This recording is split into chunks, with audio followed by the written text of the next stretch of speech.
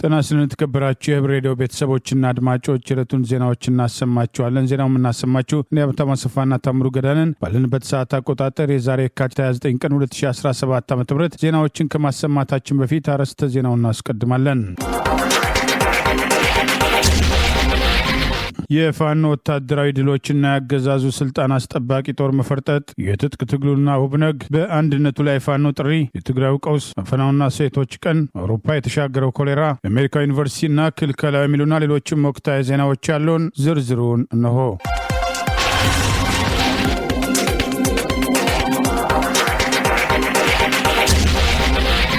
የአማራ ፋኖ በጎጃም ዛሬም በተለያዩ ግንባሮች እየወሰደ ያለው ወታደራዊ እርምጃ ተጠናክሮ መቀጠሉን፣ ከከተማ የወጣ ጠላት ያሰበውን ሳያሳካ የፋኖን ምት መቋቋም ሲያክተው እየፈረጠጠ መበታተኑን ጭምር ጠቅሶ መግለጫ ወጣ። ሴቶች ለነጻነት እየተዋደቁ የሴቶች ቀን የለም ሲል የዓለም አቀፉን ሴቶች ቀን አስታኮ ማስተያየቱን ገልጿል። የአማራ ፋኖ በጎጃም ዛሬ የካቲት 29 ቀን 2017 ዓ.ም ባወጣው መግለጫ ሰባተኛው ሐዲስ ዓለማየሁ ክፍለ ጦር ከትላንት ጀምሮ ዛሬ ውጊያ እያካሄደ መሆኑን የገለጸ ሲሆን አብራጂት ብርጌድ ጠላት ከከተማ ወጥቶ ወደ ተለያዩ አቅጣጫዎች በተንቀሳቀሰበት ወቅት የአብራጂት ብርጌድ ወደ ኮርክ የተንቀሳቀሰውን ጠላት በተለያዩ አቅጣጫዎች የወሰዱትን ጥቃት ተከትሎ የጠላት ኃይል ሰብአዊና ቁሳዊ ኪሳራ ማስተናገዱን፣ 7 ያገዛዙ አሽከሮችን በመደምሰስ ቀሪውን በማቁሰል ታሪክ መስራታቸውን ጠቅሷል። ጠላት ምቱን መቋቋም ሲያክተው ወደ ምሽጉ ፈርጧል ያለው መግለጫ በዚሁ ክፍለ ጦር ስር ተድላጓሉ ብርጌድና አዋበል መብረቁ ብርጌድም ምስዋለሽ መገንጠያ ላይ በመሄድ የሚሊሻና አድማ ብተና ኃይልን በደፈጣ ከባድ ኪሳራ በማድረስ በባንዶች ላይ የወሰዱት የተሳካ እርምጃ እንደነበር አስታውቋል። ያልታወቀ ጠላትን መደምሰስ ተችሏል ያለው ይኸው መግለጫ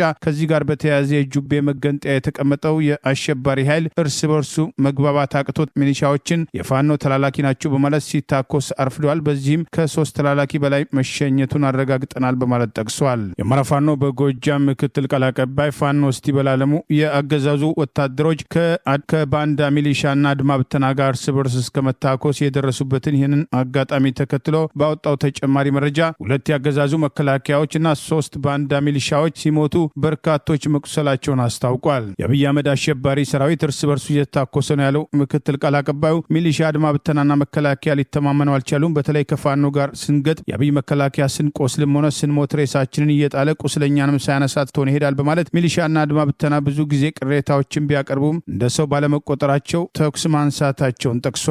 የአብይ የግል መከላከያ ነኝ ባዩም በበኩሉ ሚሊሻና አድማ ብተና መረጃ እየሰጠ በወጣን ቁጥር በደፈጣ እያስመታን ነው በማለት እንደማይተማመኑ አስታውቆ ከነሱ ጋር ለመዋጋት ይከብደናል፣ አጠገባችንን ማየት እንኳን አንፈልግም፣ ለብቻችን ሆነን ብንሞት ብንድንም ይሻለናል እያሉ በተለያየ መንገድ እየገለጹ መሆናቸውን ጠቅሷል። በዚህ ሳቢያ በዛሬው ዕለት ብቻ 2 ቦታ እርስ በርስ ገጥመው መዋላቸውን ጠቅሶ ደብረ ማርቆስ የጁቤ መገንጠያና ሸበል በረንታ መርገጭ እርስ በርሳቸው ያገዛዙ ስልጣን አስጠባቂ ራሱን መከላከያ ብለው የሚጠራውና ባንዳ ሚሊሻዎች ጋር እርስ በርስ ተዋግተው 2 ያገዛዙ ጦር አባላትና 3 ባንዳ ሚሊሻዎች ለመሞታቸው ምክንያት መሆኑን ጠቅሷል። የአብይ አህመድ ጦር ተስፋ ቆርጦ በመፈራረስና በመበተን ብሎም እርስ በርሱ እየተላለቀ ይገኛል ሲል አስታውቋል። ይህ በእንዲህ እንዳለ የአማራ ፋኖ በጎጃም 5ኛው ክፍለ ጦር ራስ ቢትወደድ መንገሻ አትኪም ክፍለ ጦር ወርቅ አባይ ብርጌድ በሌሊት አንበር የሚባል ቦታ ላይ ጠላትን እንደ ቆሎ አርግፏል በማለት የአማራ ፋኖ በጎጃም ዛሬ ባወጣው ተጨማሪ መግለጫ ገልጿል። በዚያው አውደ ውጊያም ከ30 በላይ የጠላት ኃይል መደምሰስ የተቻለ ሲሆን ከነዚህ መካከል 5ቱ ባንዳ ሚሊሻዎች መሆናቸው መረጋገጡን ጠቅሷል። ከ5 በላይ ክላሽና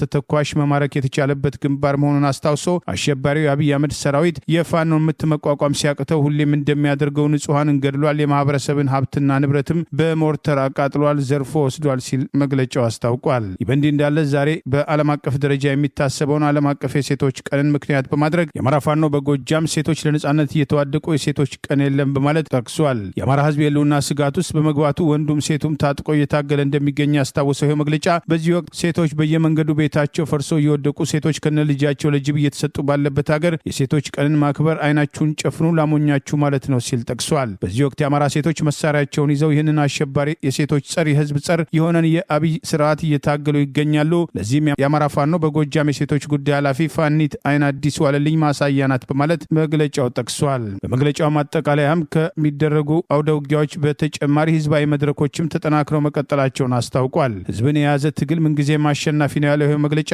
ህዝባችን በሁሉም ነገር ከፋኖ ጎን በመሆን አስተዳደሩን እያጠናከረ ከጎናችን መሆኑን በተለያየ መድረክ እየገለጸ ይገኛል በማለት በዛሬው ዕለትም በምስራቅ ጎጃም ዞን ደባይ ጥላግን ወረዳና ስናን ወረዳ በተለያዩ ቀበሌዎች የተደረገው ውይይት ይህን የሚያሳይ መሆኑንም የአማራ ፋኖ በጎጃም ዛሬ የካቲት 29 ቀን 2017 ባወጣው በዚሁ መግለጫ ጠቅሷል። የኦጋዴን ነጻ አውጪ ግንባር ኦብነግ የዛሬ 7 ዓመት አስመራ ላይ የተደረሰው የሰላም ስምምነትም ተግባራዊ ካልሆነ የትግልን ጨምሮ የተለያዩ አማራጮችን እንደሚከተል አስጠነቀቀ። የግንባሩ ሊቀመንበር አብዱል ከሪም ሼክ መሐመድ ከቢቢሲ ሶማሊኛው ፕሮግራም ጋር ባደረጉት ቃለ ምልልስ ከማዕከላዊ መንግስቱ ጋር አዲስም ሰላም ድርድር ካልተጀመረ የትግልን የሰላማዊ እንቢተኝነትን ያካተተም እንቅስቃሴን ለማድረግ እንደሚገደድም አስጠንቅቀዋል። የኢትዮጵያ መንግስት እንደ ፈረንጆቹ አቆጣጠር በ2018 የተካሄደውን የአስመራውን የሰላም ስምምነትን አላከበረም ያሉትም የሶማሊያው ህዝብ የተፈጥሮ ሀብቱ ላይ በራሱ እንዲገለገል የሰብአዊ መብትም ጥሰትም እንዲቆም ነፃ ንግድም እንዲጎለብትም ይደረጋል የሚለውን ተስፋም ተግባራዊ አልሆነም ሲሉም ኃላፊው ወቅሰዋል።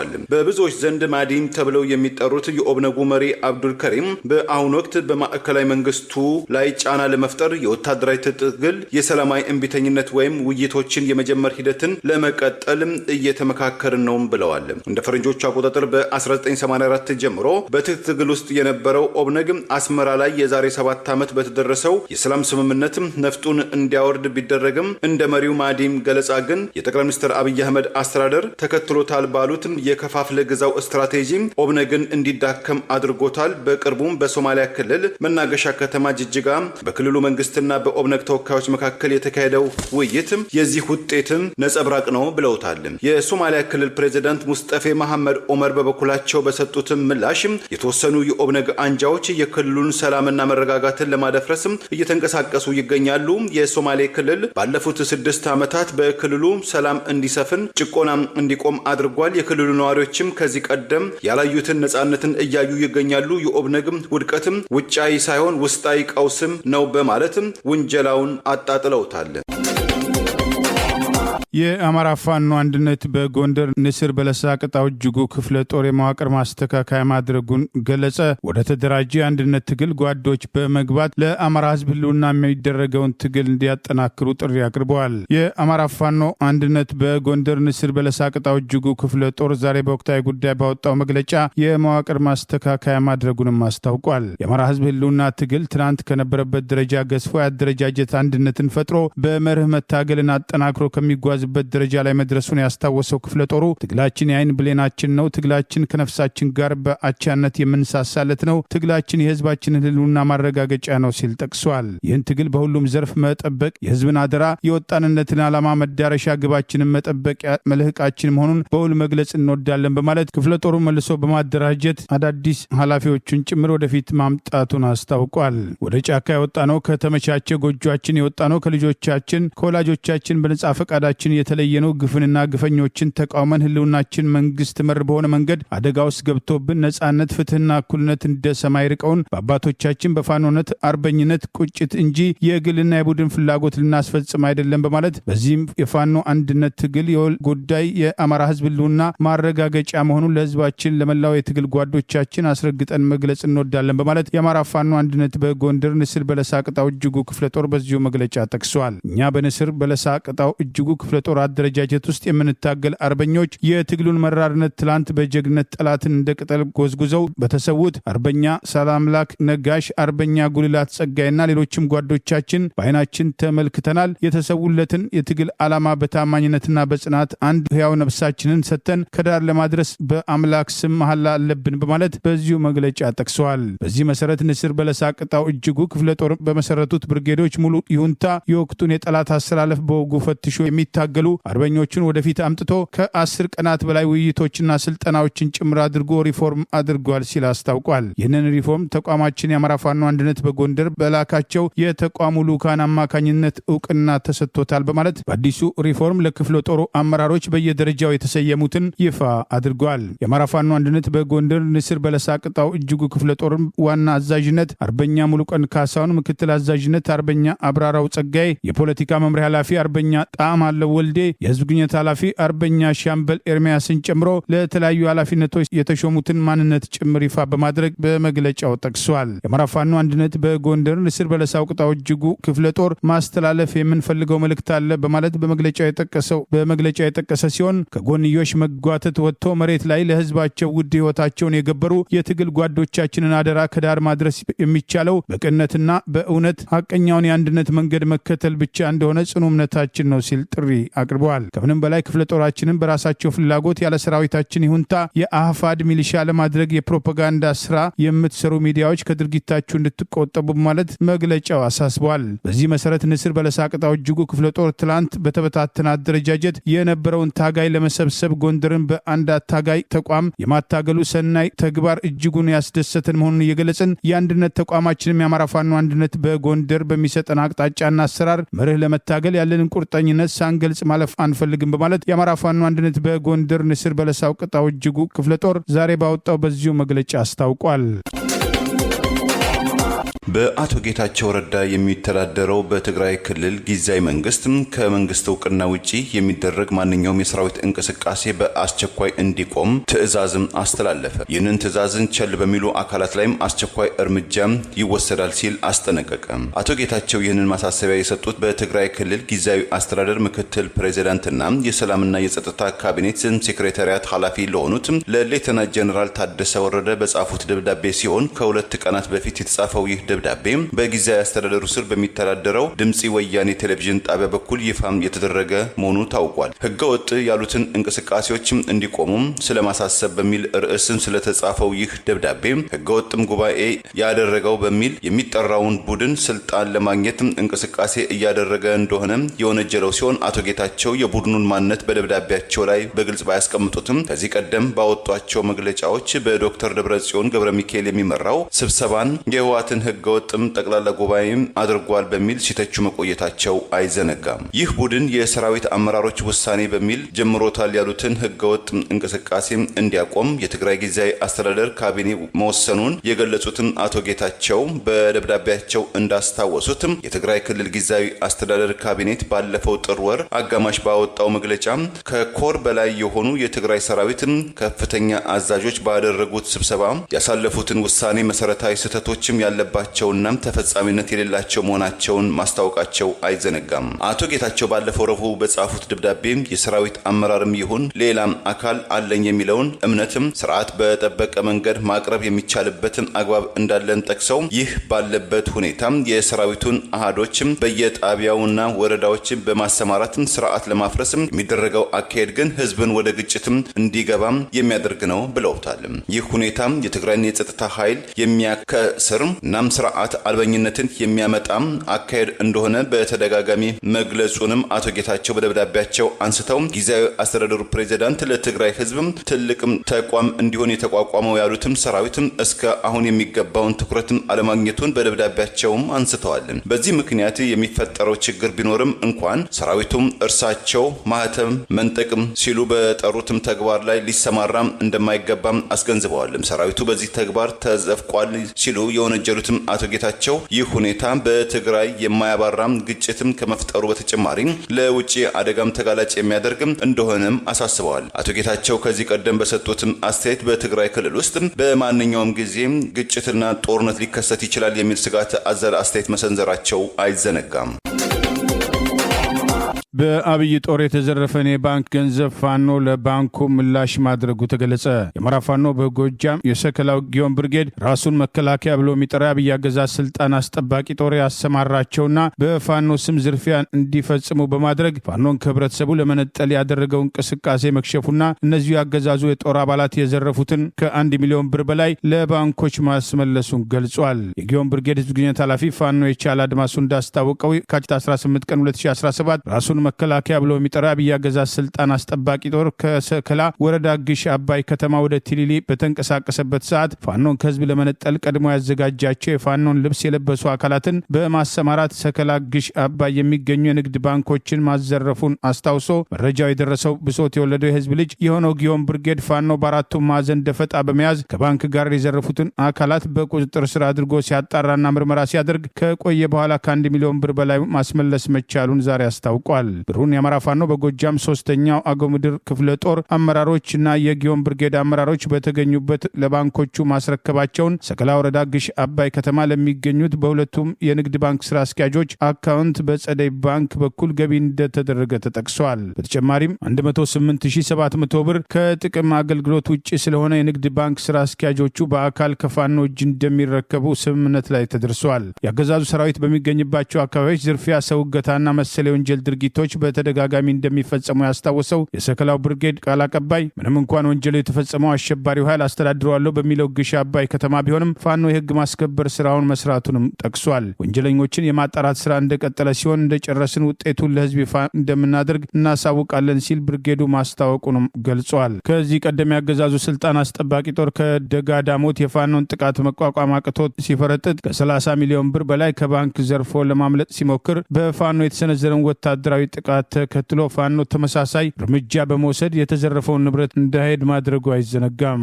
ይህ በእንዲህ እንዳለ የአማራ ፋኖ በጎጃም 1ኛ ክፍለ ጦር ኮሎኔል ታደሰ ሙሉነ ብርጌድ ሰብሳቢ ፋኖ ታደሰ አስማረ ትግሉን ያልተቀላቀሉ ባንዳዎች ዛሬም ትግሉን እንዲቀላቀሉ ያገዛዙ ስልጣን አስጠባቂ ሰራዊትም ለአብይና ጓደኞቹ ሲል ህይወታቸው እንዳያጠፉ ጥሪ አቅርበዋል። ፋኖ እያደረገ ያለው ትግል የአማራን ህዝብ ህልውና ማረጋገጥና ኢትዮጵያ ሀገራችንን በማጽናት እንዲሁም ሁሉንም ኢትዮጵያውያን እኩል የሚያስተናግድ ስርዓት መገንባት ግቡ ያደረገ መሆኑን የገለጸ የፋኖ ሰብሳቢ ከዚህ ፍትሐዊ ትግል በተቃራኒ የቆሙ ወገኖች አሁንም አልመሸምና ከሊናችሁ ታረቁ፣ ከእውነት ጎን ቁሙ፣ ለፍትህ ሙቱ፣ የሚጨፈጨፈው ወገናችሁን ታደጉ፣ ኢትዮጵያንም አስቀጥሉ ሲል ጥሪ አቅርበዋል። አማራ ሆናችሁ በወዳችሁ ተገዝታችሁ አድማ ብተና፣ ፖሊስ፣ ሚሊሻ እንዲሁም የብርሃኑ ጁላ አሽከር ሆናችሁ ህዝባችሁን እየወጋችሁ ያላችሁ ይበቃችኋል በማለት ጥሪ አቅርበዋል። አገዛዙ በአማራ ህዝብ ላይ የከፈተውን ጦርነት ተከትሎ እየወጋችሁ ያላችሁት የራሳችሁን ህዝብ ነው በማለት ባንዳዎች የህዝቡን ትግል እንዲቀላቀሉ ጥሪ ያቀረበ ሲሆን በቀድሞ ስያሜው መከላከያ አሁን ስያሜው ብቻ ቀርቶ የአብይና ብርሃኑ ጁላ ስልጣን አስጠባቂ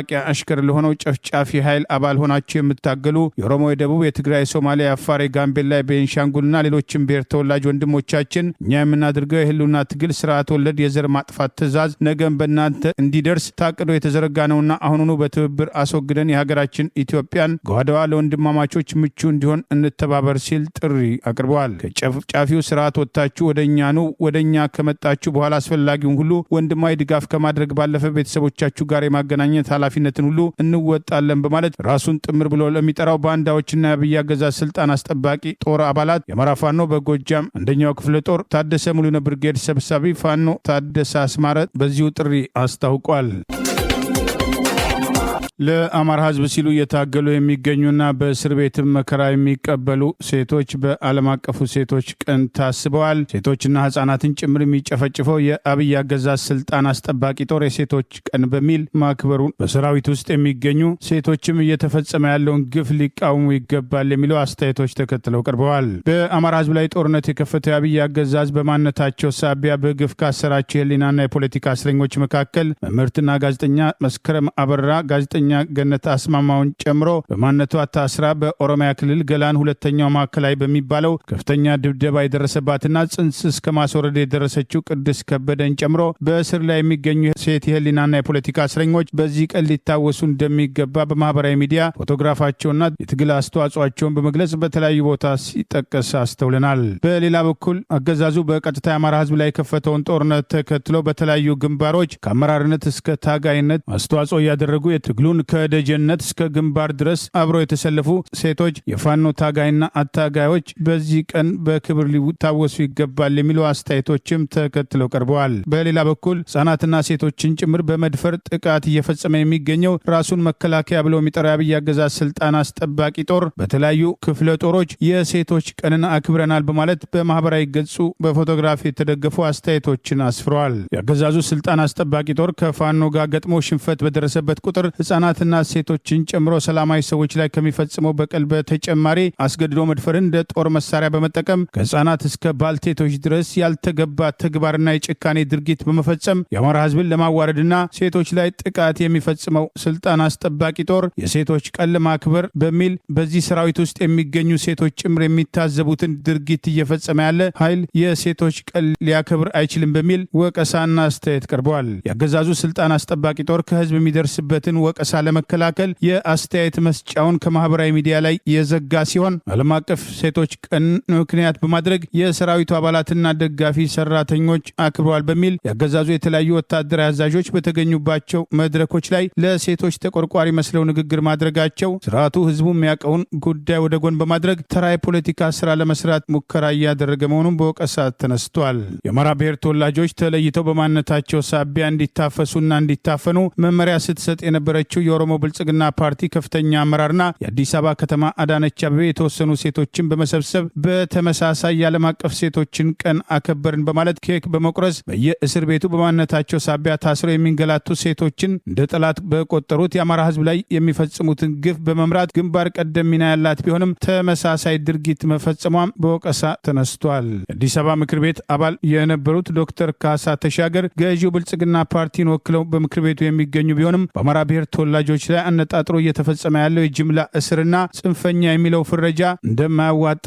መናገራቸውን ተከትሎ ያለመከሰስ መብታቸው ሳይነሳ ተደብድበው እንደና አቶ ዮሐንስ ቦያለውና ክርስቲያን ታደለ የምክር ቤት አባላት ሁሉ መታሰራቸውን ጠቅሰን መዘገባችን አይዘነጋም።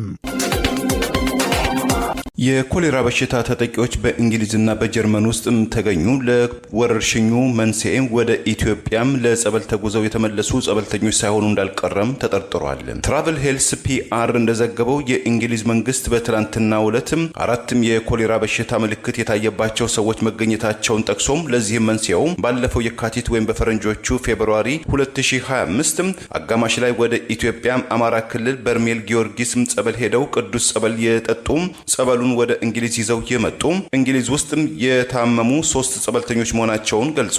ከተጠቂዎቹ መካከል 4ኛ ወደ ኢትዮጵያ ያልተጓዙ ነገር ግን የመጣላቸውን ጸበል የጠጡ መሆናቸውን የእንግሊዝ መንግስትም አስታውቋል። በጀርመን ውስጥ የተከሰተው ኮሌራን በተመለከተም የጀርመን መንግስት ባለፈው የካቲት ወይም በፈረንጆቹ ፌብሩዋሪ 27 2025 እንዳስታወቀው 2 ወደ ኢትዮጵያ የተጓዙ ጀርመናውያን ባለፈው ጥር ወይም በፈረንጆቹ ጃንዋሪ 2025 ከበርሜል ጊዮርጊስ ጸበል በመጠጣትም በመጠመቅም ጸበሉን ይዘው ወደ ጀርመን በመጓዝ ለሶስተኛ ሰው በመስጠታቸው 3ቱም ሰዎች በበሽታው ተጠቂዎች መሆናቸው በመታወቁ የሕክምና እገዛ እንደተደረገላቸው ተገልጿል። በአብዛኛው በኮሌራ ባክቴሪያ በተጠቃ ምግብና ውሃ በመጠቀም አደገኛ የማስቀመጥ ችግር የሚያስተላልፈው ኮሌራ በኢትዮጵያ ውስጥ ከቅርብ ጊዜያት ወዲህ ለመጀመሪያ ጊዜ ባለፈው ነሐሴ ወይም በፈረንጆቹ ኦገስት 27 2022 የዛሬ 3 ዓመት መከሰቱን እስከ አለፈው መጋቢት ማርች 3 በ2025 ጀምሮ 223 ሰዎች መጠቃታቸውን የገለጸው መረጃው ከዚህ ባክቴሪያ ጋር በተያያዘ 4 ሰዎች መሞታቸውን ካለፈው 3 ዓመት ወዲህ 58381 ሰዎች በኮሌራ መጠቃታቸውና 726 ሰዎች ህይወታቸውን ማጣታቸው ተዘግቧል። ከጀርመንና ከእንግሊዝ ወደ ኢትዮጵያ የተጓዙትም ጸበልተኞች የአንድ ቤተሰብ አባላት ወይም የአንድ አካባቢ ሰዎች ስለመሆናቸው አለመሆናቸው ባክቴሪያው በአሁኑ ወቅት መቆጣጠር ስለመቻሉ አለመቻሉ የተገለጸ ነገር የለም። ተጓዦችን በተመለከተም ከኮሌራ ጋር በተያያዘ ከ1 ሚሊዮን ተጓዦች መካከል 2 ወይም 3 ተጓዦች ሊጠቁ እንደሚችሉ ተጋላጭነቱም አነስተኛ መሆኑን የገለጸው የመረጃው ተቋም ተጓዦችን ጉዞ ከመጀመራቸው በፊት የጸረ ኮሌራ ክትባት ቢከተቡ ይመረጣል በማለትም ምክሩንም ለግሷል።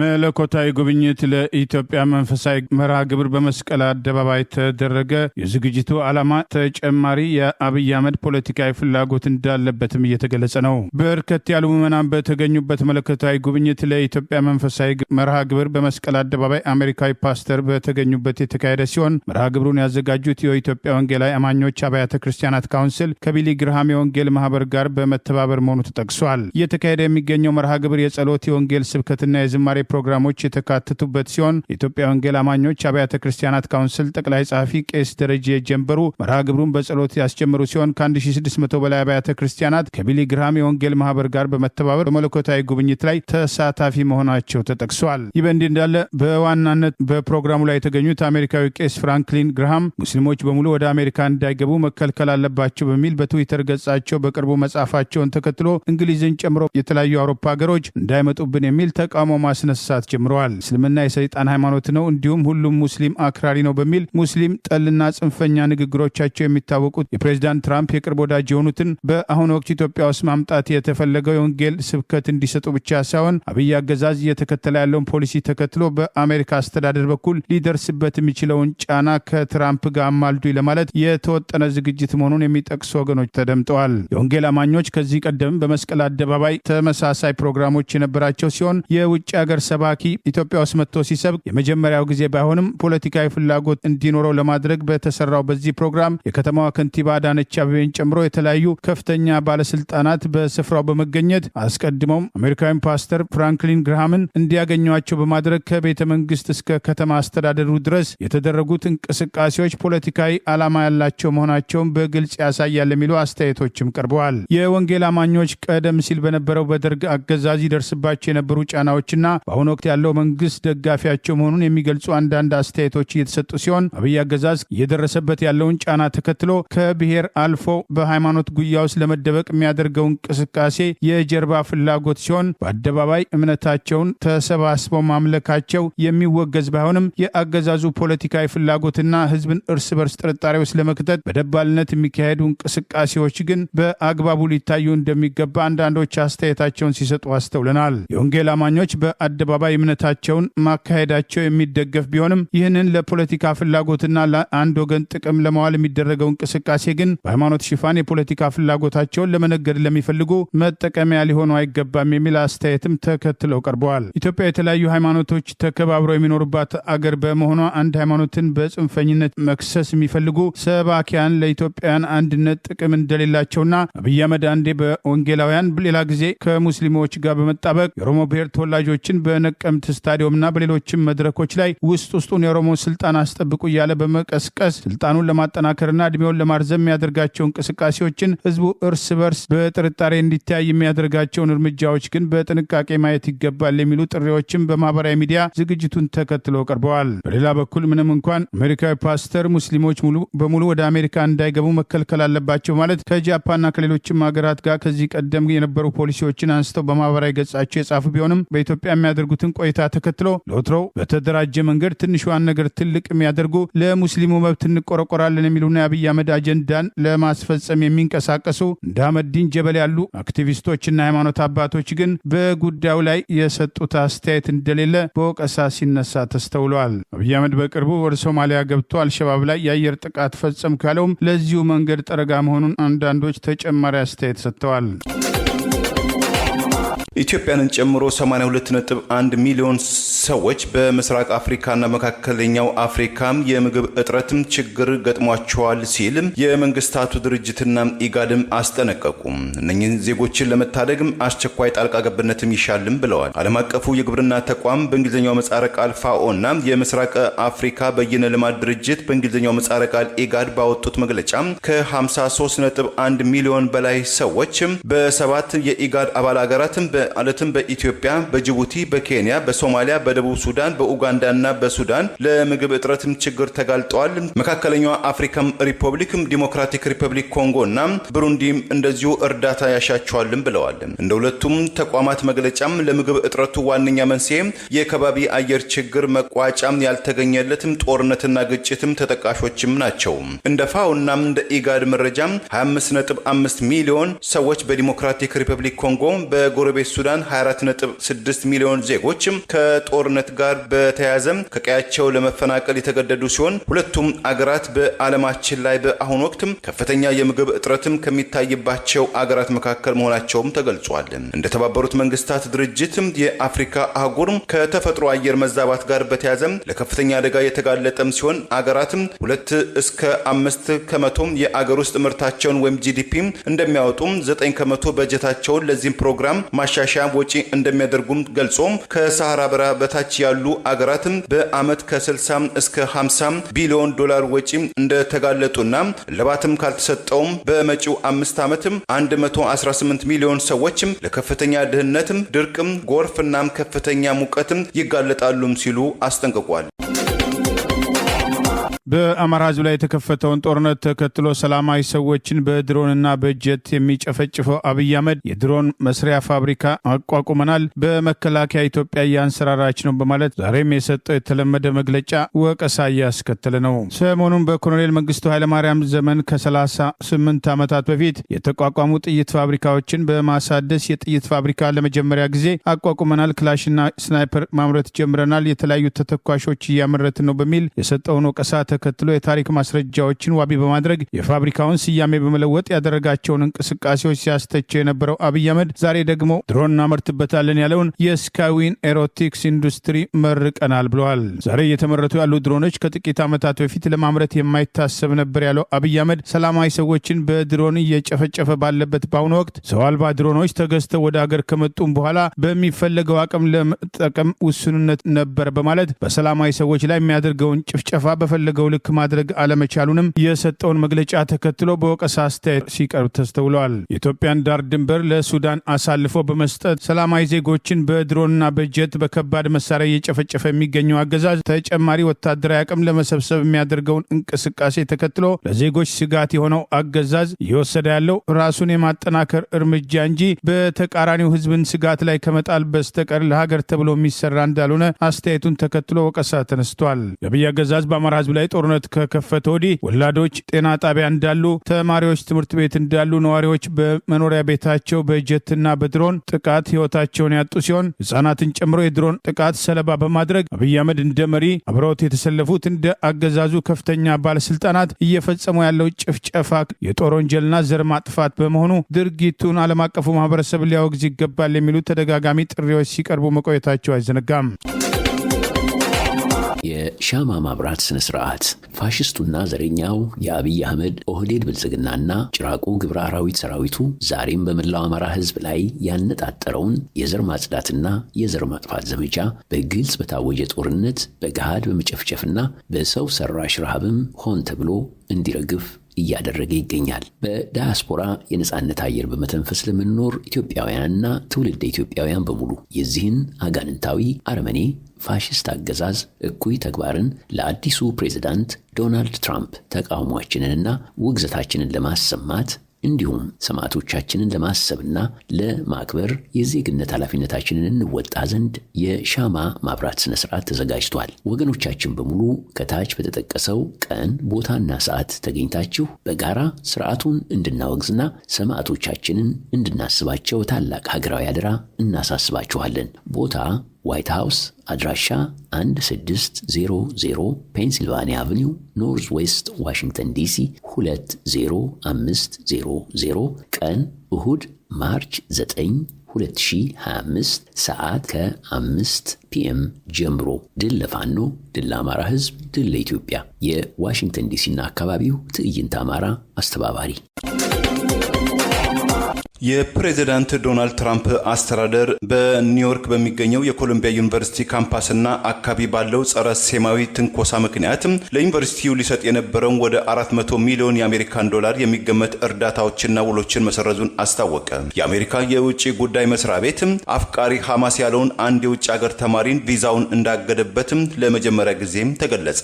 ውሳኔው በትላንትና ዕለት ይፋ የተደረገው የፍትህ፣ የትምህርትና የጤናም የሰብአዊ አገልግሎት እንደዚሁም የአጠቃላይ አገልግሎት አስተዳደር መምሪያዎች ጋራ ባወጡት መግለጫም ሲሆን የፕሬዚዳንት ዶናልድ ትራምፕ አስተዳደር የገንዘብ ድጎማዎችና ውሎችን በማቋረጡም ሊጎዱ የሚችሉትን ዘርፎችም አሊያም የጸረ ሴማዊ ትንኮሳ ማስረጃውን ለመግለጽም ፈቃደኛም አልሆነም። ይሁንና ይህ ድጋፍ ለዩኒቨርሲቲው ቃል ከተገባለት ከ5 ቢሊዮን የአሜሪካን ዶላር በላይ እርዳታ መካከል ተቀናሽ እንደሚሆን ተገምቷል። አብዛኛው የገንዘብ ድጋፍም ለጤና አጠባበቅና ሳይንሳዊ ምርመራ የሚውል እንደሆነ ያስታወቀው የሮይተርስ የዜና አገልግሎት አሃዞቹ ግን ማረጋገጥም አልተቻለም ብሏል። ይፋም የተደረገው የወዲያውኑ ቅነሳዎችም ህጋዊ ተግዳሮቶችን ሊገጥሙት እንደሚችል የተገለጸ ሲሆን የሲቪል መብትም ተሟጋች ቡድኖችም የኮንትራቱ መሰረዝም ተገቢውን ሂደት ያልተከተለና ጥበቃ ባላቸው መብቶች ላይ የተወሰደ ህገ መንግስታዊ ቅጣት ነው ሲሉም ኮንነውታል። ባለፈው ዓመት የእስራኤል የጋዛ ጦርነት በተቀጣጠለበት ወቅት የኮሎምቢያ ዩኒቨርሲቲ የፍልስጤም ደጋፊዎችና ጸረ እስራኤል የተማሪዎች ተቃውሞ በግንባር ቀደምነት ሲካሄድበት እንደነበረ መዘገባችን ይታወሳል።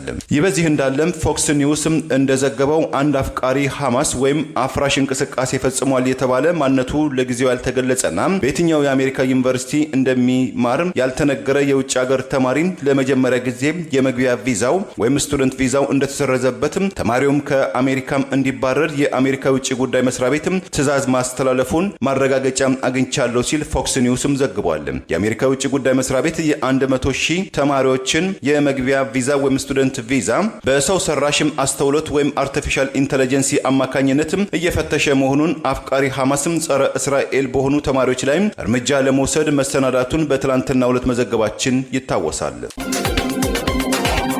የጎረቤት ሶማሊያ መንግስት የጸረ አልሸባብ ዘመቻውን ለማሳካት በማለት የኢትዮጵያ ተጨማሪ ሰራዊትም እንድታሰማራም ጥያቄ ማቅረቡም ተሰማ። የተለያዩ የአገሪቱ መገናኛ ብዙሃን እንደዘገቡት ከቅርብ ጊዜያት ወዲህ የጥቃትና የመስፋፋት እንቅስቃሴው እየጨመረ የመጣው አልሸባብን በመካከለኛው ሸበሌና በሂራን አካባቢዎች ለመመከት ወይም ጠራርጎ ለማውጣት የተባለም ዘመቻን ለማጠናከር ዘንድም ኢትዮጵያም ተጨማሪ ሰራዊትም እንድታሰማራም የሶማሊያ መንግስት በኦፊሴል ጥሪ ማቅረቡም ተሰምቷል። የኢትዮጵያ መከላከያ ሰራዊት በጌዶ አካባቢ ለረጅም ዓመታትም ሰፍሮ የሚገኝ ሲሆን አልሸባብ ታጣቂ ቡድን በቤይ እና ባኩል አካባቢዎችም የደህንነትም ስጋት እየሆነ መምጣቱም ተመልክቷል። በባይዳዋና በቦልራባ ከተሞች መካከል መጓዝ ችግር እየሆነ መምጣቱ የተገለጸ ሲሆን አንዳንድም የአካባቢው ተንታኞችም የኢትዮጵያ መከላከያ ሰራዊት ብቻ መሰማራቱ የሶማሊያ መንግስትን ለተያዘው ጸረ አልሸባብ ዘመቻም ዘላቂ መፍትሄ አያመጣም ሲሉም ስጋታቸውን ከወዲሁ እየገለጹ ይገኛሉ። የኢትዮጵያ አየር ኃይል በቅርቡ በመካከለኛው ሸበሌ አካባቢ የአየር ጥቃት ማድረሱን የሶማሊያ መንግስት ማረጋገጡን መዘገባችን ይታወሳል። ለዛሬ ያሉን ዜናዎች እነዚህ ናቸው። ዜናውን ስታደምጡ ለቆያችሁ የህብር ሬዲዮ ቤተሰቦችና አድማጮች ምስጋናችን ይድረሳችሁ። የህብር ሬዲዮ ኦፊሻል የዩቲዩብ ቻናላችንን ሰብስክራይብ ያላደረጋችሁ ሰብስክራይብ በማድረግ በተጨማሪም የደውል ምልክቱን በመጫን የህብር ሬዲዮ ቤተሰብ እንድትቀላቀሉ በአክብሮት እንጋብዛለን። እንደ ወትሮ ሁሉ የህብር ሬዲዮ ቤተሰቦች ፕሮግራሞቻችንን ላይክ በማድረግ ሼር በማድረግ አስተያየቶቻችሁን በመስጠት አብሮነታችሁን እንድትገልጹ በአክብሮት እንጠይቃለን። በድጋሚ እናመሰግናለን። ጤና ይስጥልን። ቸር እንቆይ።